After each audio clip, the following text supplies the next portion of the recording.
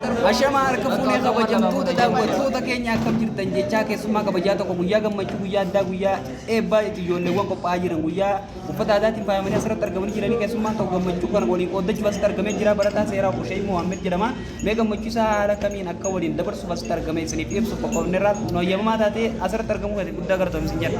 shi gala to mada duka da gammachu sai ke sankana arku da baye daga matisa ani julen tenya maka akanati wali tenya julen baji tenya carra na kan tani akati wali midagu kenya baye daga matisa tole kana tanse ga ku siga nu debis ta me suno go yaga machu kana walin ke sajir tammo gara fulo durate to pajir tani hala kami yo gara fulo durate sini ka jolle kana dabar sur to pajir tani duga da nisi ko bikenya amma ga re o ga du fu te bikenya sin nakati sin wali midagu kenya bu alo moji kenya tu